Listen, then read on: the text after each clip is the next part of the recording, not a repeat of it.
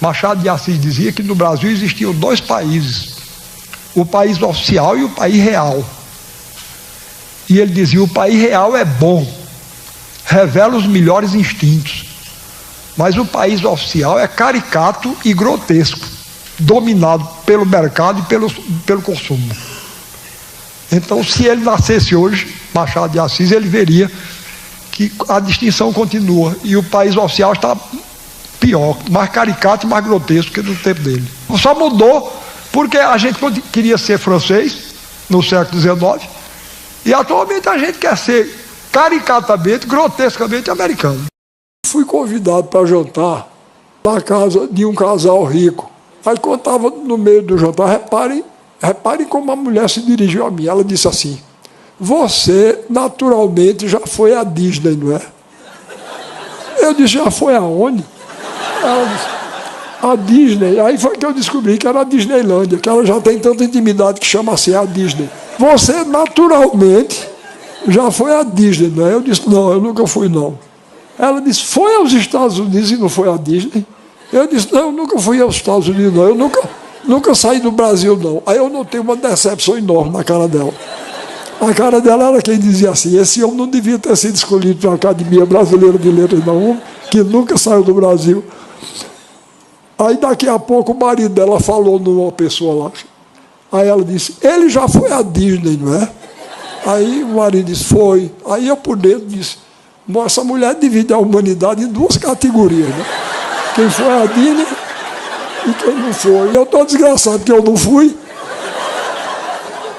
Um país que coloca o seu ideal noutra língua e noutra cultura já perdeu a identidade. Napoleão, que entendia disso, Ariano Suassuna não entende não, mas Napoleão entendia.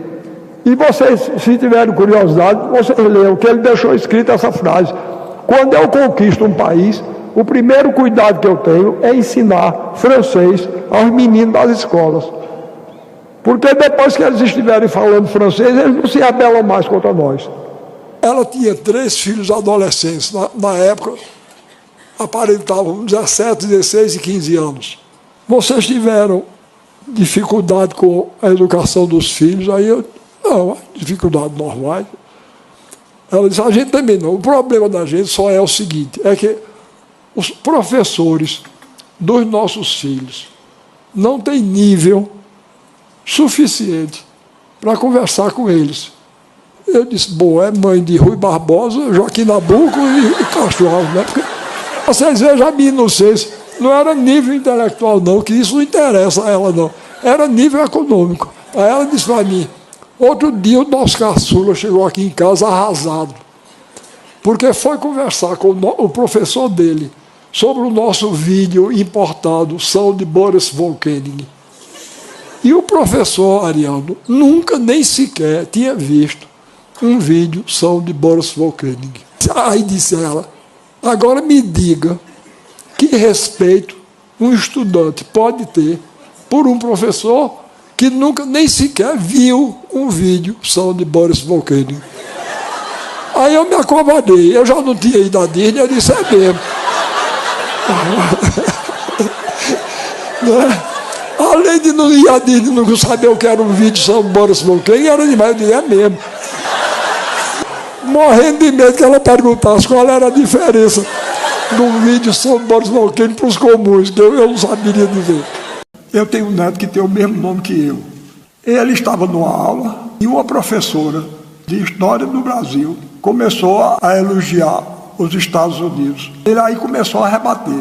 Daqui a pouco a professora virou-se para ele: olhe, eu quero dizer a você que seu avô tem uma visão muito idealizada do Brasil e do povo brasileiro. Eu sei demais os defeitos que existem no Brasil. Era o que faltava, eu não sabia. Existe toda uma política.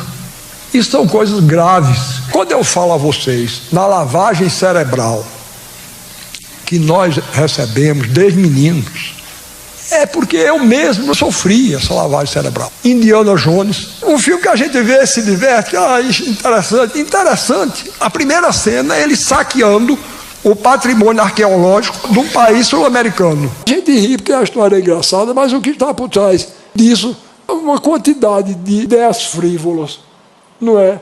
Uma visão superficial do mundo e do ser humano, que é uma coisa perigosa. Querem destruir as nossas peculiaridades, as nossas singularidades no mundo todo, porque no dia em que tiver todo mundo se vestindo do mesmo jeito, falando do mesmo jeito, aí a gente é muito mais facilmente absorvido.